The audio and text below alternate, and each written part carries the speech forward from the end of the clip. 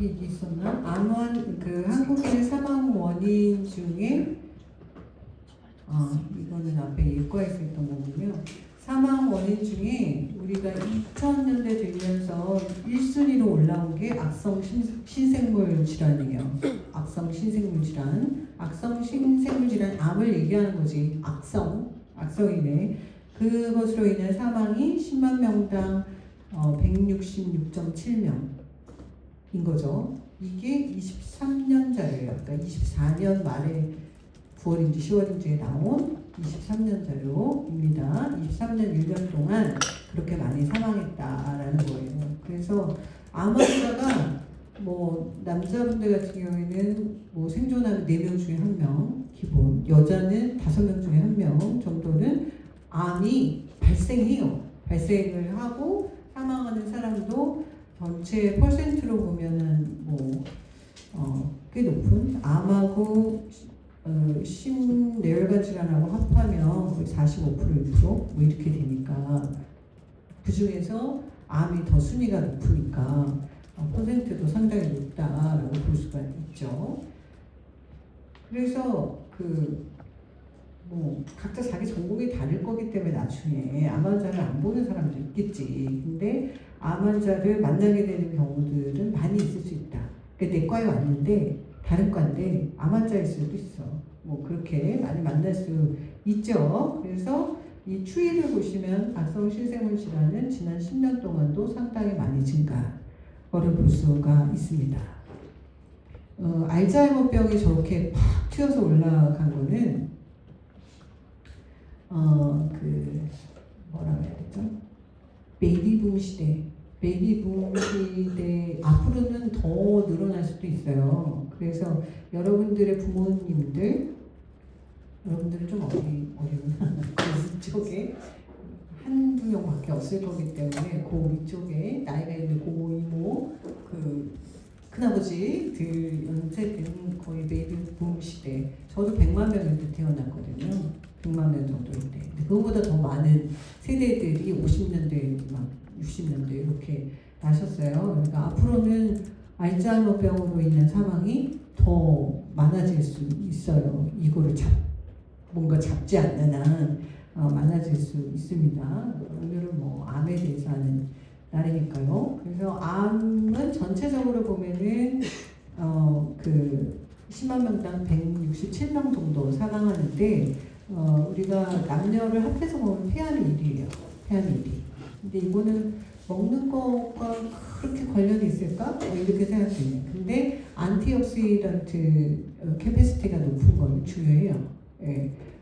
그렇고요. 그 다음에 간암, 대장암 이렇게 있는데 남녀별로는 좀 순위가 다릅니다. 여자들은 유방암 이런 것들이 좀 많이 있고요. 이건 앞에서도 추이를 보여줬었는데 이게 종류별 추이예요. 그래서 폐암은 계속해서 늘어나죠. 많이 늘어나죠. 우리나라 사람들이 많이 늘어나고 있어요. 거기다가 대기 오염도 문제가 되죠. 코로나를 겪은 이후에 옛날만큼은 아닌 것 같아. 근데 어쨌든 좀 문제가 많이 됐었죠. 지금도 문제가 여전히 있습니다. 그래서 아까 GHG? 이 시간에 한 게 아니구나. 아침에 수업을 하고 와서 헷갈립니다. 그래서 위암의 경우에는 우리나라의 탑 1순위였거든요. 암 중에. 왜냐면 너무 짜게 드시기 때문에 짜게 맵게 특히 짠 거 요게 이렇게 위벽을 자극을 해가지고 얘를 노출시킨 상태에서 그게 H. 파이로리가 탁 하더 위생적이지도 않았기 때문에 걔가 작용을 하게 되면 이제 위암의 리스크가 쫙쫙쫙 올라가는 그런 형태였는데 그래서 대부분이 H. 파이로리 감염자였어요. 옛날 사람들은. 지금은 많이 줄었습니다. 많이 줄었고 그죠? 그래서 위암 리스크도 상당히 줄어들어 있는 발생률도 줄어들어 사망도 줄어들어 있는 걸로 볼 수가 있죠. 근데 간암은 약간 늘었다가 약간 줄어드는 것처럼 보이나? 근데 이게 진짜 줄어드는 건지는 좀 봐야 되겠고요. 예전만큼 술을 마시는 거는 또 아닐 수도 있으니까. 그러니까 대장암 많이 늘었고 지방 섭취 이런 것과 관련이 있습니다. 췌장암도 꽤 많이 늘어나고 있는 그런 패턴을 보이고 있어요. 이거는 발생이잖아, 발생. 아니, 사망이잖아, 사망. 사망인데요. 요거는 발생을 얘기하는 거예요. 암 발생자 수 추이가 어떻게 되는가. 그래서 99년 대비 2021년도에 보면 2.7배 증가했다. 이렇게 돼 있어요. 꽤 높은 증가를 보이고 있는 거죠. 이게 그나마 최근 거를 제가 갖고 온 거예요. 21년 옛날 건데 최근 거를 가지고 온 겁니다. 그래서 많은 증가를 보이고 있는 걸 볼 수가 있죠. 남자나 여자나 증가 추세에 있다. 암 발생 순위를 보면은 아까 사망에서와는 조금 다른 양상이에요. 암 발생 순위에서 1위가 갑상선암입니다. 갑상선암인데 우리나라는 이거에 대해서는 조금 고려를, 그러니까 해석을 어떻게 해야 되는지를 좀 생각할 필요가 있어요. 갑상선암이 정말 우리나라 탑이거든요. 발생으로 보면은 탑인데 이게 진짜 발생이 많아서 탑인 건지 아니면 검사를 너무 해가지고 탑인 건지 이 갑상선암에 대해서는 좀 논쟁의 여지가 있고 예방의학회에서 이 부분도 좀 많이 다루고 그랬어요. 진짜 발생이 많은 거냐. 이게 그러면 미리 찾으면 수술을 하거나 이렇게 하잖아요. 근데 진행도 되게 느린 암이거든요. 그래서 모르고 그냥 살 수도 있는데 굳이 찾아가지고 이거를 수술을 해가지고 삶을 불편하게 만들 필요가 있는 거냐 아닌 거냐 이런 이제 문제제기들이 있는 거예요. 근데 해외에는 거의 검사를 안 한다고 그러거든요. 해외에서는 검사를 안 하고 일본 같은 경우에도 이게 사이즈가 어떠냐에 따라서 그냥 팔로우를 하는 정도로만 보지 수술을 하지는 않는. 우리나라도 좀 안에 지금 개선이 되고는 있다고는 하나 의사들의 어려운 메디컬 닥터로서의 좀 어려움을 호소하시는 거는 어떤 문제냐면 검사를 해달라는데 해달라고 하시거든요. 저 갑상선 검사해주세요. 근데 얘가 나왔어. 이게 나왔어요. 이러면 이제 이게 이제 참 곤란한 상황이라는 거예요. 안 해줬는데, 그러니까 곤란한 상황이라는 게 갑상선 그 검사는 굳이 뭐 해보실 필요는 없고 만약 이렇게 얘기를 했어. 근데 그 다음에 이분이 딴 데 가서 갑상선 검사를 했어. 근데 거기서 캔서가 발견됐어. 그러면 문제 제기를 하지 않겠어요? 수가 들어올 수도 있고 이런 부분 때문에 안 해줄 수가 없다. 안 해줄 수가 없다. 그리고 어디는 너무 적극적으로 하는 병원들이 있고요. 그건 이제 나의 소득과 관련이 있는 거니까 이게 적극적으로 하는 데가 있어서 어느 지역에서 갑자기 갑상선암 발생률이 미친 듯이 올라간 거야. 이게 왜 이런가? 이거 봤더니 어느 병원에서 주로 진단을 받은 거야. 이런 문제들이 있는 게 갑상선암이라 아직까지도 이게 갑상선암이 발생률 1위이기는 한데 이게 진짜 외국보다 다른 나라들보다 진짜 발생이 많은 건지 이건 좀 의심스럽다라는 게 여전히 있는 부분이 이제 갑상선암이에요. 이게 물론 사이즈에 따라서 꼭 그 수술을 하는 게 더 낫다라고 얘기를 하는 암도 사이즈도 있죠. 그리고 형태나 이런 거에 따라서. 근데 그 수준을 어떻게 볼 거냐. 저는 그냥 이게 악성암으로 의심되니 내지는 악성암이니 이거를 수술을 하겠습니다 라고 얘기를 안 해줄 수도 없고 뭐 이런 이제 어려움이 좀 있어서 발생을 얘기할 때는 이 갑상선에 대해서는 뭐 예방약을 하는 입장에서는 조금 불안합니다. 대장암은 많이 늘었어요. 이 다이어트 웨스터나이즈드 되면서 많이 늘었습니다. 유방암도 많이 늘었고 예전과 같지 않고 우리 위암은 줄었지만 대장암과 유방암 이런 것들은 이제 많이 늘었습니다. 폐암은 환경과 관련이 있는 부분, 흡연, 환경 이런 것과 관련이 폐암은 뭐 흡연이 아주 중요하죠. 그런데 그 흡연자들이 많이 줄었잖아요. 지금은 우리가 젊었을 때는 10명 중에 8명 남자 8명 이상 담배 피웠거든요. 담배를 안 피우면 다 피웠어. 남자들은. 여자들은 거의 안 피웠지만 그래서 이제 담배로 인한 게 좀 많이 영향을 미쳤지만 요즘에는 많이 줄어들었고요. 담배 피우는 사람들 별로 많지 않죠. 그래서 많이 줄어들었고 근데 이제 문제는 너무 어린 나이에 노출되는 게 좀 생겼다는 거예요.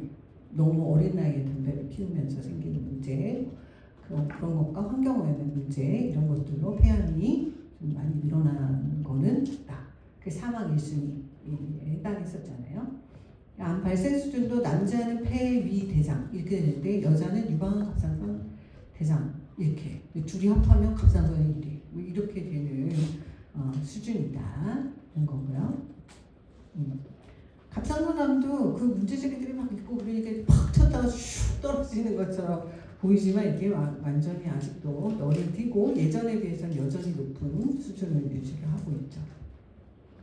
네, 그렇다.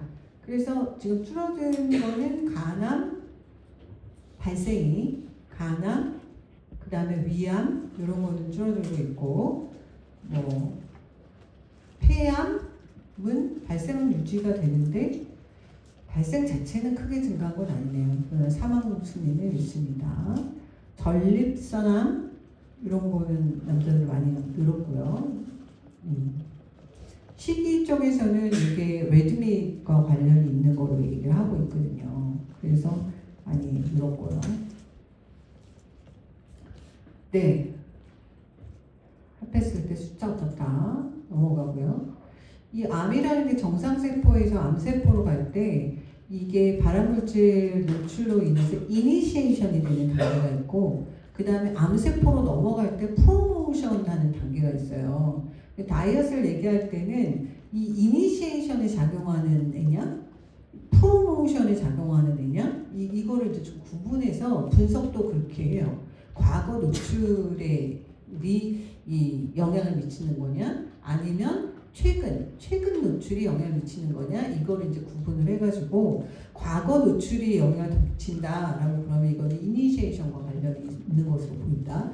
최근 노출에서가 더 이렇게 잘 보인다. 그러면 이거는 프로모션과 관련이 있다. 이렇게 얘기를 하는데 그냥 크루드하게 보면 음식물에 있는 여러 이제 화학 물질들이 이니시에이터로 많이 작용하고 그리고 그 프로모터로 작용하는 것 중에는 염분이라든지 활성산소 이게 활성산소를 많이 만든다라는 거는 염증을 일으킬 수 있는 물질이잖아요. ROS. 그래서 그런 형태의 것들을 염증을 일으키는 거를 이렇게 자극해주는 촉진하는 그런 그 시기 패턴은 다 리스키하게 작용을 하는 걸로 생각을 하고 있죠. 그 중에 대표적인 건 지방인 거죠. 지방, 술 이런 것들이 프로모터로서 작용을 하지 않겠나 이렇게 연구 결과들을 통해서 보는 거예요. 자, 그런데 이제 암이 생길 때도 아까는 자꾸 예과한테 한 건데 자꾸 아까라 그러네. 그래서 암이 생길 때 우리가 이게 환경 인자로서의 시기만으로 생기는 것보다는 이게 나이대별로도 조금 달라요. 그런데 유전적인 요인과 인터랙션을 해가지고 생기는 것들이 꽤 있다.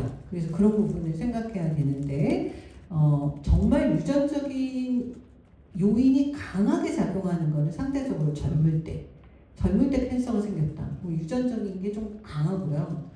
노인이 돼서 생겼다. 노인 때까지는 별 그게 없이 간 거잖아요. 그래서 나이가 많으신 분들이 생기는 거는 환경적 인자가 크게 작용을 한다고 보거든요. 그러면 유전적 소인이 아주 강력한 소인은 아니지만 어쨌든 유전적으로 서셉터블한 소인을 가지고 있어. 가지고 있는데 내가 환경 인자가 어넬시안 쪽의 환경 인자를 가지고 있어. 먹는 것도. 그렇게 되면은 중년에서 약간 노인 초기 요 단계는 그 유전적 소인과 이 환경적 요인의 인터랙션에 의해 가지고 그 생기는 경우들을 생각해 볼 수 있는 거예요. 그래서 유전의 영향 그러면 젊었을 때는 강력하게 그 다음에 중년기에는 인터랙션을 통해서 그 다음에 노인기에는 유전적 소인은 조금 더 의미가 떨어지는 그래서 환경적 요인에 의한 영향 이거를 더 많이 얘기를 해주게 됩니다.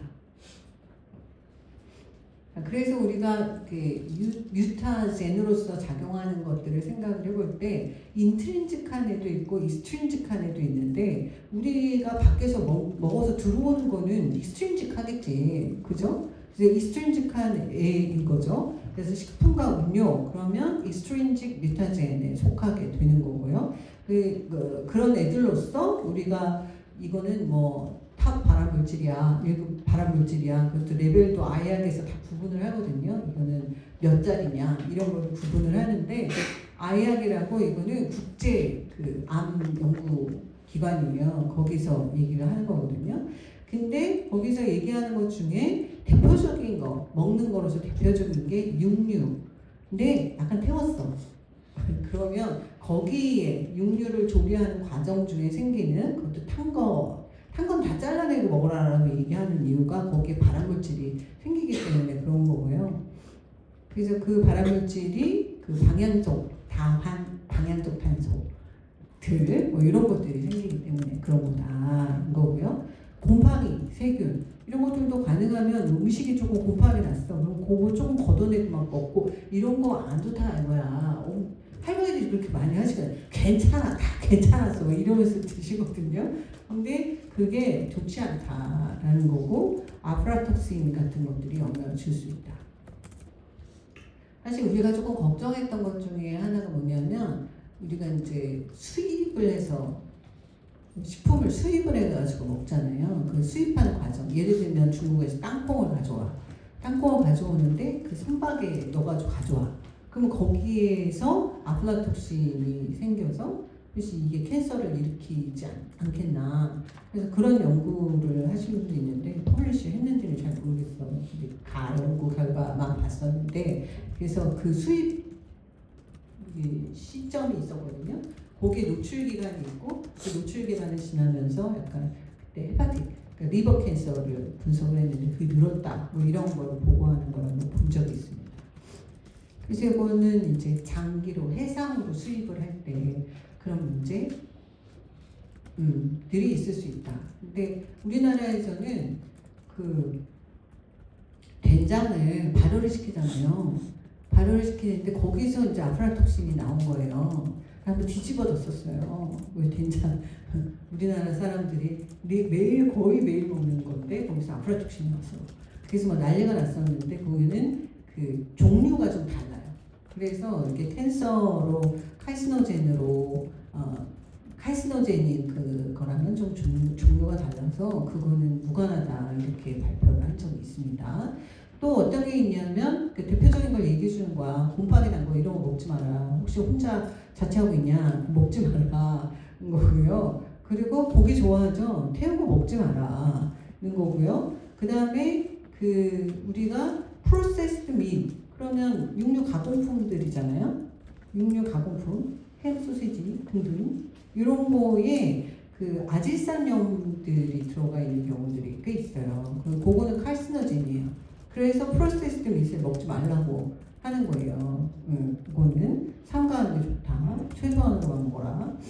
거고요. 알코올도 역시 발암물질인 거고요. 발암물질입니다. 그래서 알코올과 올 캔서, 그리고 제가 2010년도에 퍼블리싱을 했던 건데 올 코즈 몰터너티 그리고 올 캔서 해가지고 알코올하고 우리나라 사람들 대상으로 공단 자료를 가지고 첫 분석을 공단 자료 지금처럼 막 쏟아져 나올 때 아니고 파일럿으로 만들었을 때 그 자료로 분석을 했었는데 전체 암을 쫙 상승시키는 그런 이제 결과가 나왔어요. 근데 어쨌든 알코올도 발암물질로 아이약에서 등록이 되어 있는 거다는 거고요. 그 이외에 뭐 디옥신이라든지 다량의 염분 섭취 이런 거는 위장하고 관련이 있죠. 그래서 아까도 얘기했죠. 염분 섭취량이 우리나라가 좀 높았었기 때문에 그게 이제 위 상피 손상 그리고 H5 노출 이런 거에 의해 가지고 위암이 꽤나 높았어요. 일본도 높았어요. 둘 다 같이 염분 소비가 좀 많았던 나라들이기 때문에 위장암이 좀 많았고 지금은 조금 많이 줄어들는 그런 상태입니다. 오메가6 과다 섭취 악취에 의해서 염증 반응으로 인해서 뭐 암이 유발될 수도 있다, 돌연변이 유발, 뭐 이런 얘기들이 좀 있는데 오메가6에 대해서는 좀 아직은 조금 얘기가 있는. 오메가3, 오메가6 이게 다 불포화 지방산이잖아요. 불포화 지방산이고 오메가6의 소스는 주로 식물성 기름이거든요. 그래서 이게 염증을 촉진하는 쪽, 너무 과다하면 촉진하는 쪽으로 갈 수 있고 발암을 좀 유발할 수 있다라고는 되어 있으나 확정적이다라고 보기는 좀 퀘스천able 상태입니다. 그래서 지금 얘기해 주는 것 중에 여러분들이 나는 암을 예방해야겠어. 그러면 탄고기 먹지 마라. 그리고 프로세스드 밋 먹지 마라. 곰팡이 세균 쓴 거 이거 먹지 마라. 이런 거고요. 알코올, 술 좋아하세요? 술은 가능하면 끊어라. 뭐 허용한다라고 그러면 와인 한 잔 정도 이거 그 이상은 바람직하지 않다. 짜게 먹지 마라. 이런 거를 말씀드릴 수가 있어요. 그래서 그렇게 익스트린식 팩터들이 들어왔을 때 우리가 암이 발생될 수 있는데 이거는 예방을 위한 얘기였던 거고 만약에 암 환자야 그러면 이 암 환자는 암이 이미 생겼어. 그러면 여러 대사상 변화들이 있다는 거예요. 다 질환이 생기면 대사상 변화가 있어요. 그러면서 생기는 영양 문제들이 있을 수가 있다. 그래서 암 환자를 얘기할 때는 이 악액질이라고 하는 거를 얘기를 해요. 악액질. 그거고요.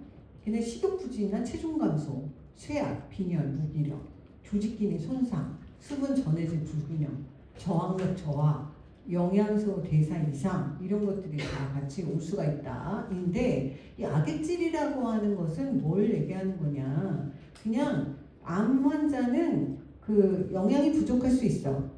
이게 아니고 염증과 대사 이상으로 인해서 체단백 지방에 의도하지 않은 소모 상태인 거예요.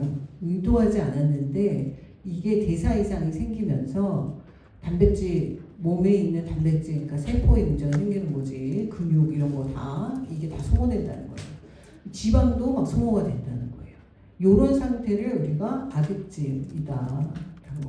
이름이 되게 악해 보이지 않니? 악액질, 악액질이라고 얘기를 한다는 거예요. 자, 그래서 뭐 이런 비의도적 소모 상태가 되면 뭐야? 체중이 줄겠지 당연히. 체중이 너무 줄어들고 쇠약해지고 이게 뭐 그 캔서를 좀 버텨내려면 우리 영양 상태가 좋아야 되잖아요. 근데 그렇지가 않고 이제 완전히 거꾸로인 거지. 쇠약해지고 식욕부진해지고 무기력하고 조금만 먹으면 배가 불러서 나 이제 괜찮아 안 먹어 이렇게 되는 거죠. 장기 기능도 장애가 오게 되고 이런 상태가 오게 된다. 그러면 지금 체단백 문제 생겼어. 지방도 막 그렇게 돼. 못 먹어. 그러면 단백질, 에너지 다 부족한 네? 상태가 되는 거지. 지금 아프리카도 아닌데 뭐 그렇게 되는 거예요. 그래서 프로틴, 에너지, 말뉴트리션 상태가 된다. 입니다. 염증 상태가 된다 그러잖아요. 여기 염증 대사 이상. 그러면 그게 무슨 얘기야? 염증성 반응에서 많이 나타나는 사이토카인 이런 것들이 막 증가한다라는 거죠. 그런 증상을 보이는 게 주로 이제 위, 췌장, 폐, 결장, 난소암 이런 것들이 있을 때 많이 그렇다는 거고요. 유방암은 좀 덜한 편이다. 유방암은 그래도 예후가 좋은 암이죠. 예후가 좋다는 거는 뭐 5년 내 치료, 5년 생존율이 좀 높다. 그래서 크게 문제 없이 살 수가 있는데 이제 재발 이런 것들이 이제 문제가 되는 거죠. 예후가 좋은 암이라고 알려져 있습니다. 조기 발견만 하면. 네.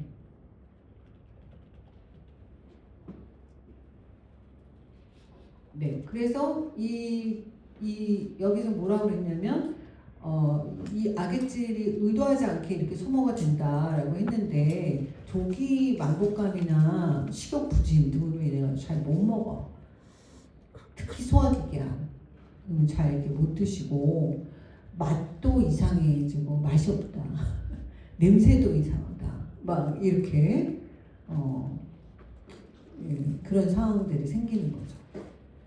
식욕 부진과 관련된 물질들이 분비가 많이 되고요. 포만감을 막 쉽게 느끼고 그래서 배고프지 않다, 괜찮다. 이러면서 안 드셔. 그런데 소모는 계속 일어나는 거죠, 몸에서. 그리고 이게 기초대사와 관련된 기초대사량 이런 것도 엄청 증가하게 되고 산소 소비량 증가하고 면역 상태는 저하되고 내분비 이상 오고 뭐 이게 엉망이 된다는 거죠. 예.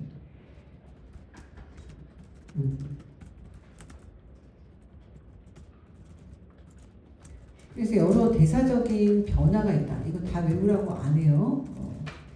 외우라고는 안 해. 영양 관리 쪽을 주로 얘기를 보시면 돼요. 그래서 대사 이상이 포도당에도 대사 이상이 올 수가 있고 지방, 단백질, 에너지 다 대사 이상이 올 수가 있다. 그래서 어떤 앞에서도 나와 있는 그런 악액질로 가는 그 과정에 대한 게 여기에 다 들어가 있는 거예요. 포도당 대사 이상은 이게 원래 현기 상태에서 그 해당 작용이 이렇게 있는 거잖아요. 근데 얘를 자꾸 많이 일어나게 속도를 높여주는 그래가지고 몸에 그 필요 이상으로 젖산이 생긴다던가 이런 상태가 되는 거예요. 이 젖산이 측정이 되면 왜 안 좋냐라고 그러면 왜 캔서가 생겼을 때 예를 들어서 난소암이 있어? 그러면 이 난소암에서 위쪽에 이 치민이 있느냐, 복막 쪽에 치민이 있느냐 없느냐 이 스테이지가 달라지거든요. 스테이지가 달라지는데 그런 치민이라든지 다른 데로의 전이 이런 것들이 좀 촉진될 수 있는 상태로 얘가 포도당 대사가 바뀔 수가 있다. 이런 것에 이제 주의해야 된다라고 얘기를 하는 거예요. 그래서 이 영양소의 대사가 방태생리와 관련해서 좀 좋지 않은 방향으로 가는 그런 과정으로 가게 할 수도 있다는 거죠. 넘어갈게요. 이거를 다 설명할 수는 없어. 참고로 봐라. 이렇게 다 영양소와 관련된 애들이 대사 영역들이 있는데 걔네들이 조금 그 정상 상태에서 건강한 상태에서와는 다른 변화를 볼 수가 있다. 그게 많은 곳에서 안에서 포도당, 지방, 단백질, 에너지, 아미노산 이건 단백질이랑 관련 있는 거지. 그런 거. 그 다음에 산화작용, 염증성. 그럼 ROS 증가하고 그러면 염증성으로 가는 거잖아. 그런 부분, 식욕 부분, 식욕이 막 떨어지는 부분 이게 다 이렇게 합해서 어떻게 가요? 악액질 상태로 가는 이제 그런 상태로 가는 게 이제 대사 이상으로 나타나는 거다입니다. 그래서 암 환자는 어떻게 치료를 해야 되냐, 아니 영양 관리를 해야 되냐. 그러면 우리가 암을 치료하는 단계가 있고 암을 치료를 하고 나중에 이 관리를 해줘야 되는 치료 후의 단계가 있잖아요. 그래서 그 관리도 치료 단계에서의 관리, 그 다음에 그 치료 후의 관리 이렇게 나눠서 관리를 그 생각을 해주셔야 됩니다. 그래서 여기 보시면은 치료 중인가 치료 후인가 요거를 이제 좀 생각을 해야 되고 암 치료의 경우에도 이 사람이 수술을 했나? 수술을 환자면 수술과 관련된 걸 해줘야 되는 거잖아요. 그래서 수술을 받았냐? 지금 방사선 요법을 하는 사람이냐? 어떤 치료를 하고 있는 사람이냐에 따라서도 좀 다르고 근데 치료 목표도 그냥 증상을 완화해주는 거에 목표를 두느냐? 아니면 근치적, 원인을 제거하는 쪽에 같이 근치적으로 우리가 치료를 하는 쪽으로 가는 거냐? 그거에 따라서도 영양관리가 좀 다르다. 그래서 영양 상태는 영양 분량의 중증도에 따라서 당연하겠지. 중증도에 따라서 이 얘를 그 제공해 주는 것도 달리 해줘야지 되고 혹시 이제 과잉 상태가 되지 않도록 해줘야 되는 것도 있는 거죠. 이 암 환자들은 개인마다 이게 암의 종류, 부위가 어디냐, 뭐 이런 거에 따라서 개인마다 너무나 달라요. 반응이 다르기 때문에 이게 여기서는 진짜 퍼스널라이즈드 되는 것이 좀 필요하다. 그래서 상담도 중요하고 그렇습니다. 암 치료 중일 때는 이 암 치료 효과가 이게 그 리포트가 나와 있는 게, 그 논문이 나와 있는 게 영양 상태가 좋은 경우와 영양 상태가 좋지 않은 경우에 암 치료의 그 효과의 차이가 의미 있게 차이가 나는가 이런 거를 이제 그 분석해서 리포트한 논문들도 있어요. 그래서 그걸 보면은 영양 상태가 좋을 때 이게 결과도 좋다, 회복도 빠르고 그 결과도 훨씬 더 좋은 결과를 얻을 수 있다라고 되어 있기 때문에 암 치료 중에는 적정한 영양 상태를 유지해서 좋은 영양 상태를 유지하라는 거야. 유지하도록 하는 것이 이제 중요하다. 근데 암 치료 후야 그러면 어떻게 돼? 헬시 다이어트 패턴을 갖고 그거를 이제 자기의 습관화를 할 수 있도록 이전에 혹시 잘못된 식사 패턴을 가지고 있었다면 글로 돌아가면 안 되겠지. 그래서 그 헬시 다이어트 패턴, 그러니까 헤비트를 가질 수 있도록 그 상담을 해주고 그 관리를 하게끔 하는 게 이제 중요한 거예요. 근데 왜 그렇게 관리를 해야 되냐? 암 환자는 뭐 5년 주로 팔로우 하잖아요. 그래서 5년 때까지 괜찮으면 이제 그 뭐 완치 뭐 이렇게 이제 얘기를 해요. 그런데 재발 가능성은 늘 있잖아요. 그러니까 재발을 막기 위해서 우리가 이니시에이션이든 프로모션이든 좋지 않게 영향을 미칠 수 있는 카이시노제닉하게 영향을 미칠 수 있는 식사는 하지 않아야 되는 거죠. 그래서 그쪽으로 이제 그 목표를 잡고 관리를 해주는 거예요. 자, 그래서 일반적인 이제 영양관리 목표는 첫 번째는 제지방 손실을 최소화한다. 제지방이 뭐야? 우리가 이게 몸이 있는데 지방을 뺀 나머지 그거의 손실은 좀 적어야 된다라는 거죠. 그래서 뭐 가장 중요한 게 근육이라든지 이런 것들을 유지할 수 있어야 된다라는 거예요. 영양 결핍에 의한 면역 저하는 방지해줘야 된다. 면역 수준을 유지시켜주기 위한 영양 섭취를 해줘야지 되는 거죠. 그래서 그 우리가 생리 활성 물질에 해당하는 안티옥시던트나 이런 것들을 좀 충분히 잘 섭취할 수 있게끔 해줘야 되는 거고요. 암 환자들의 경우에는 이걸 유지하도록 하기 위해서 정말 너무나 많은 건강기능식품들을 섭취하십니다. 다 먹지도 않고 사. 그리고 좀 먹어. 그래, 딴 게 좋대. 또 사. 또 먹어. 그래서 쌓여있는 것이 많고, 그런데 효과는 별로 없는 이런 상태들도 꽤 있어서, 그리고 그런 것들을 이것 하면 얘가 조합돼서 어떤 결과가 나올지 모르잖아. 그렇잖아요. 그래서 그런 이제 부작용? 이런 것들을 실제 왔는데 좀 이상해. 그런데 좀 조합이 좀 잘못됐어. 이런 것들이 있을 수 있기 때문에 여러분들이 만약에 캔서를 하신다. 근데 이분들이 팔로우하면서 오셨을 때 뭔가 좀 불편함이 있다라고 그러면 어떤 식사를 하시는지 플러스 뭘 먹는지 식사 말고 뭘 먹는지 건기식 뭐 이런 거 있잖아요. 영양제 이런 거 그럼 어떤 걸 하시는지 이런 것들도 같이 물어봐 주셔야지 돼요. 치료에 의한 합병증을 예방하는 것도 하나의 타겟이 목표가 되겠죠. 그런 이제 크게 보면 3가지 정도 생각할 수가 있겠다.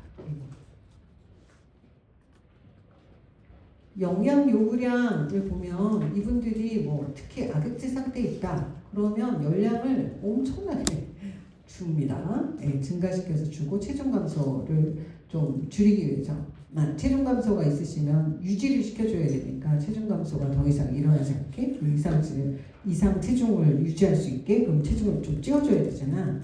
대사항진도 있고 하니까 이렇기 때문에 열량을 굉장히 많이 주게 되는 경우들이 있는 거죠. 근데 뭐래? 지방은 많이 줄 수가 없는 거예요. 이 지방은 많이 줄 수가 없고 또 종류에 따라 특히나 뭐 대장암 환자라든지 유방 환자라든지 뭐 이런 분들한테 막 지방을 에너지를 먹게 해서 막 지방을 잔뜩 처방해준다 이런 거는 안 해요. 안 하고요. 당질을 메인으로 해가지고 식사를 할 수 있게끔 도와주는 거죠. 단백질도 당질을 먹어야 단백질 절약 작용이 있어요. 네? 그래서 당질을 위주로 해가지고 식사를 제공을 하죠. 단백질 충분히 공급해준다. 거기서 필수 아미노산 너무 중요하다. 그래서 필수 아미노산이 부족한 형태의 조합을 쓰게 되면 아무리 단백질을 많이 줘도 우리 몸에서 생성해야 되는 단백질은 생성이 안 되죠. 네? 그래서 제1 제한 아미노산 이런 게 있단 말이에요. 그래서 조합을 잘 해서 주셔야 됩니다. 파지티브 질소 평형을 시켜줘야 된다. 이게 무슨 얘기야? 파지티브한 게 뭐야? 들어갔어. 나가는 게 적어야 돼. 왜?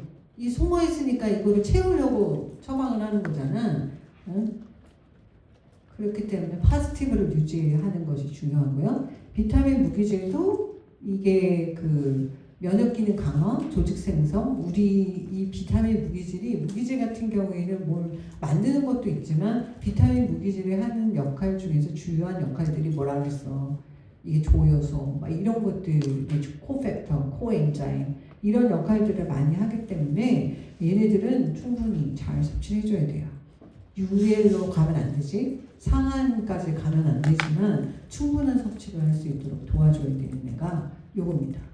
탄수화물, 지방, 단백질은 에너지 소스로 사용이 될 수 있는 애들이고 단백질은 특히나 뭔가 조직, 세포를 구성하는 애기 때문에 에너지보다는 그런 기능이, 효소 뭐 이런 기능이 중요한데 비타민 무기질은 에너지를 생산을 잘할 때도 얘네들이 관여하고, 잘할 때도 얘네들이 관여하고 또 그 엔자임이 기능을 할 때도 코엔자임으로서 관여하고 대사적인 과정 중에 다 얘네들이 비타민 무기질들이 관여하기 때문에 밸런스된 식사를 통해 가지고 얘네들을 잘 섭취해야 돼요.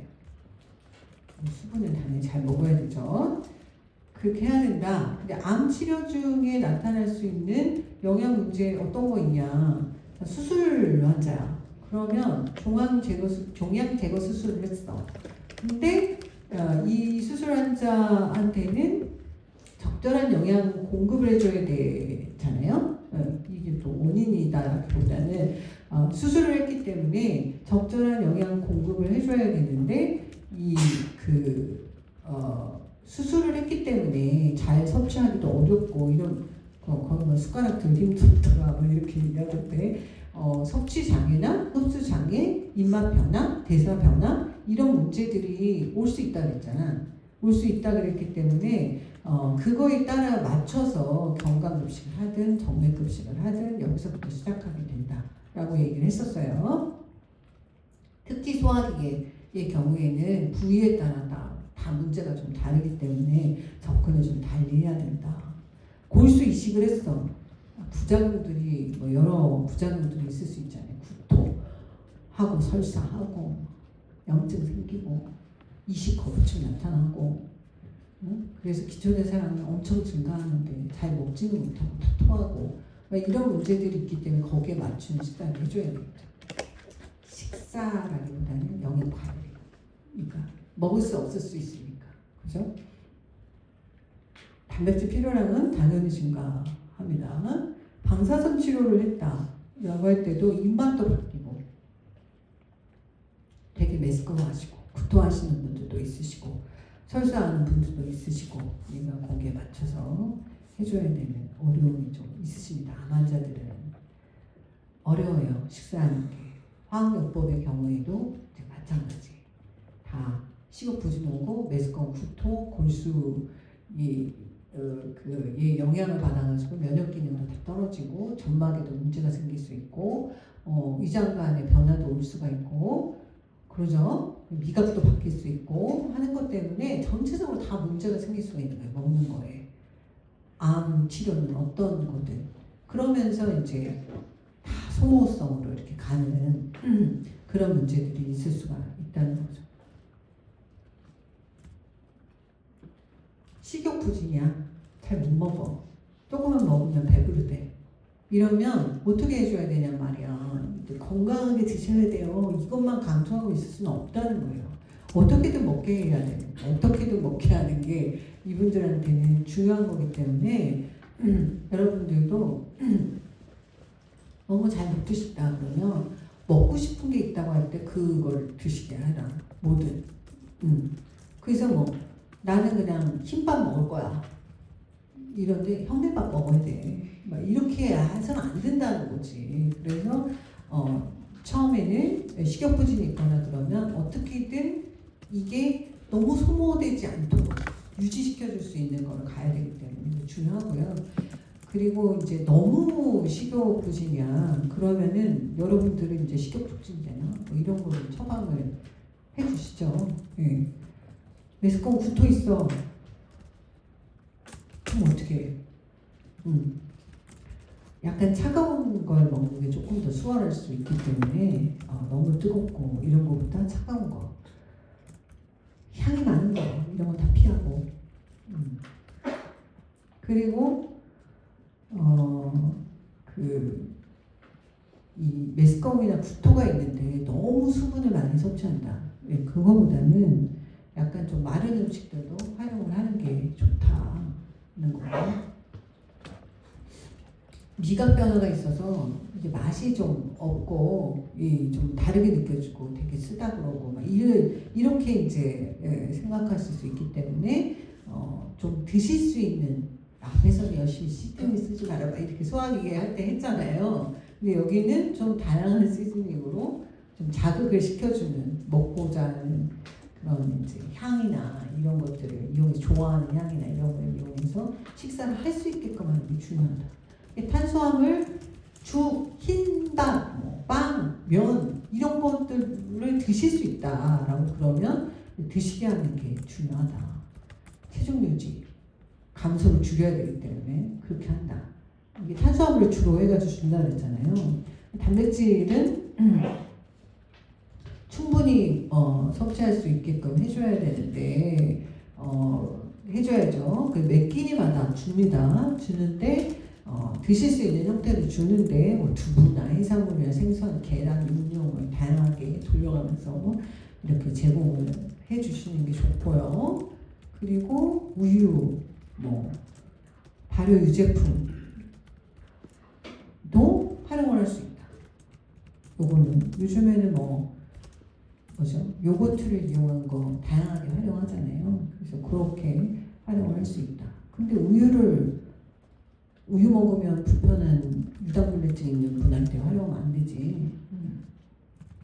그래서 그때는 또 다른 종류를 하라고 아까 말씀드렸고요. 비타민 무기질, 생리활성 물질, 그러니까 비타민 무기질 말고 파이토케미칼에 해당하는 것들이 상당히 많이 있어요. 그래서 건강한 사람들한테는 프로된 베지터블을 다양하게 좀 먹어라 라고 얘기하는 게 알려져 있는 것 이외의 생리활성 물질들도 상당히 많이 있기 때문에 그런 거거든요.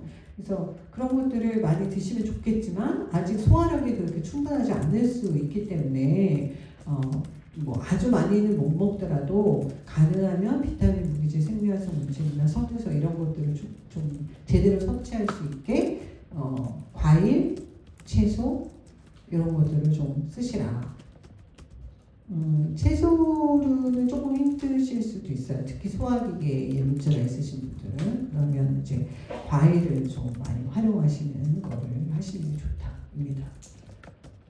치료를 했어. 치료 후에는 어떻게 해야 되냐? 치료 후에는 지금 암 종류별로 너무나 다르기 때문에 그걸 다 하진 않아요.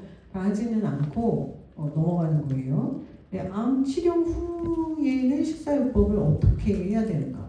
이거는 예방하고 거의 비슷해요. 예방하고 거의 비슷하고 사실은 원래 캔서 환자들을 대상으로 하는 환자 코호트 연구 결과가 좀 많이 있으면 좋은데 그 환자 코호트와 시기에 대한 거가 그렇게 많이 있지는 않아요. 그러면 환자들만을 대상으로 하는 코호트거든요. 예후가 어떻게 되느냐 이거를 보는 코호트인데 그렇게 많지는 않고 그래서 주로 어떻게 해주냐면 이제 캔서를 치료를 했어. 그러고 나면 예방과 같은 방식으로 해주는 거예요. 질환 예방 시기와 같은 방식으로 한다. 그러면 그거는 어떤 거냐? 앞에서는 그 캔서의 종류가 뭐냐? 대사 변화가 어떤 게 있느냐? 그리고 이 사람이 먹을 수 있는 게 뭐냐? 그리고 상태가 암이 지금 수술을 했냐? 아니면은 다른 치료를 했냐? 그거에 따른 증상이 어떠냐? 요거에 따라 맞춰줘야 되는 거거든요. 근데 이제 치료를 해서 이제 괜찮아 이렇게 됐을 때는 이제 예방과 같은 방식을 한다. 그럼 예방과 관련된 거는 종합을 해가지고 몇 년에 한 번씩 리포트가 나와요. 이게 여기 보시면 아까 제가 그 World Cancer Research Fund라는 데와 American Institute for Cancer Research 여기에서 한 번씩 이렇게 나오거든요. 이게 가장 그나마 최신 거예요. 2018년 건데 최신 거예요. 그래서 또 한참 지나면 이전에 2007년도인가 나왔었어요. 그래서 한 10년 지난 다음에 한 번씩 이렇게 나오는 것 같아. 그래서 third report 이렇게 나와 있는 건데 요게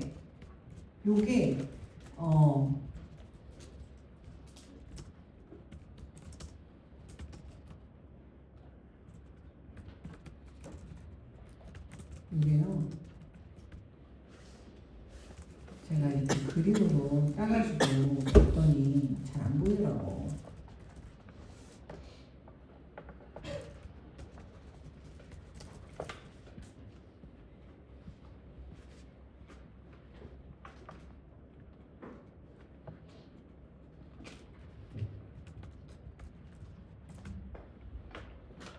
이쪽이 뭐지?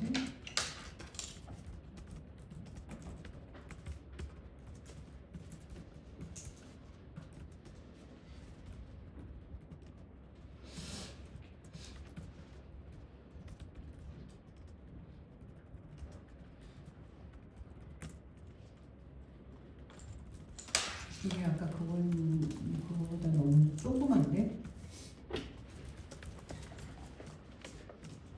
여기서 보면 예를 들면은 이런 거라는 거예요. 이게 캔서의 종류고요. 여기 보면 가장 뭐가 표시가 많이 되어 있는 게 있죠. 여기 보면 알코올. 여기 표시가 많이 되어 있는 거야. 이 빨간 색깔 이런 거 리스키하다는 소리거든요.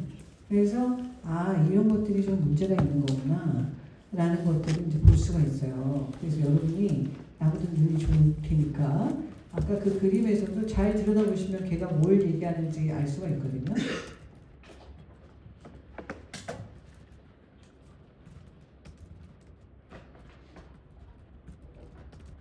그게 맞았나?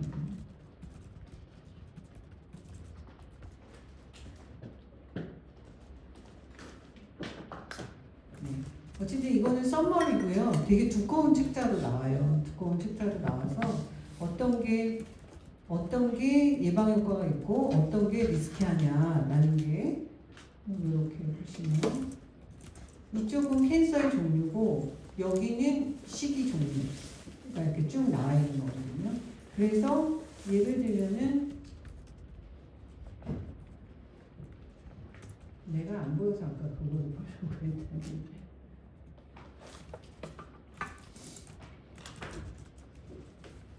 난스타르치 이게 폴리사카라이드 이게 파이버 종류겠네요. 파이버 종류를 보면 어떤 거하고 관련성이 주로 나와 있는가 이런 것들을 이제 보실 수가 있는 거죠. 브레스트 캔서, 기타 종류 이런 것들이 이제 나와 있다. 근데 가장 지금 잘 보여주고 있는 거는 뭐냐면 알코올.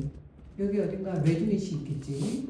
레드밋은 리스키하게 이렇게 보일 거고 이런 식으로 정리가 되어 있다. 라고 해서 요걸 가지고 얘가 어떻게 한 거냐면 그 국제적으로 나온 연구들을 싹 다 모아가지고 이걸 시스템을 리뷰를 하고 그 다음에 메타 분석이라는 거 배웠죠? 메타 어널리시스 연구의 결과를 종합하는 메타 어널리시스를 통해서 전문가들이 정하는 거예요. 얘는 컨빈싱하네, 얘는 프로버블하네, 얘는 어떤 애, 근데 함프라는 쪽인지 베네피셜한 쪽인지 해가지고 이제 종합된 결과를 내놓는 거예요.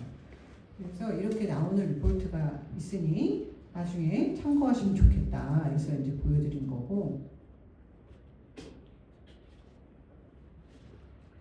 거기 이제 같은 책자 안에 리포트 되어 있는 거에 보시면 좀 종합된 결과를 이렇게 레코멘데이션으로 나와 있는 거가 있는 거예요. 그래서 보시면 뭐야, 정상 체중 유지해라, 그리고 피지컬리 액티브 해라, 그리고 뭐야, whole grain, vegetable, 그리고 fruit and beans 이런 것들을 충분히 섭취하는 게 좋겠다 이런 거고요. 패스트푸드, 프로세스드 푸드 이런 거 줄여라.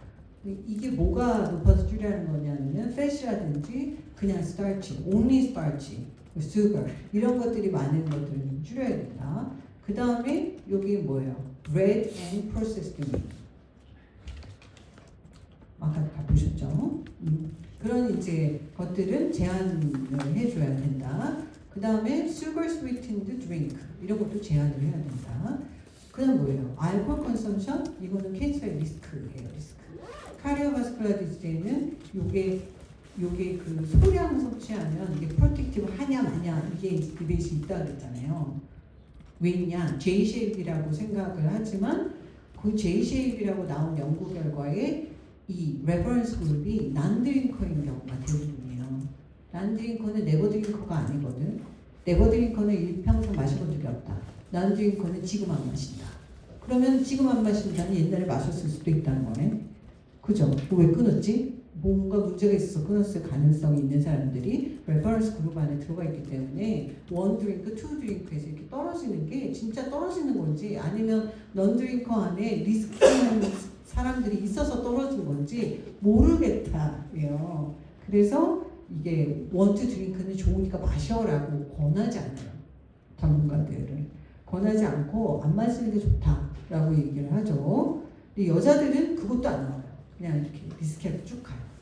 남자들은 이런 모양새를 J-shape 모양새를 보이고 여자들은 이렇게 몸도 되게 작고 그래서 알코올이 들어갔을 때 희석도 안 되고 그렇기 때문에 별로 권하지 않습니다.